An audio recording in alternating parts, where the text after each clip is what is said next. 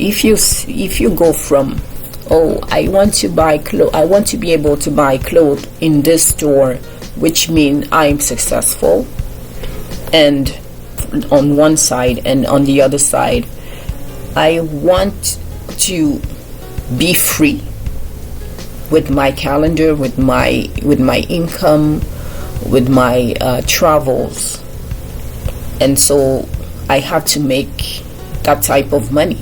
It's two different things, but the drive behind is to be successful. In this case, my definition of being successful was I can afford to buy clothes in this store, while here successful is the real definition.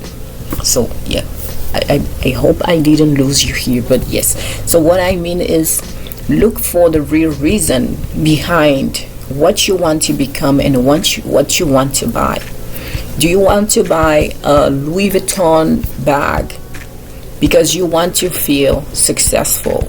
And for you, in this case, being successful is being able to afford that kind of bags?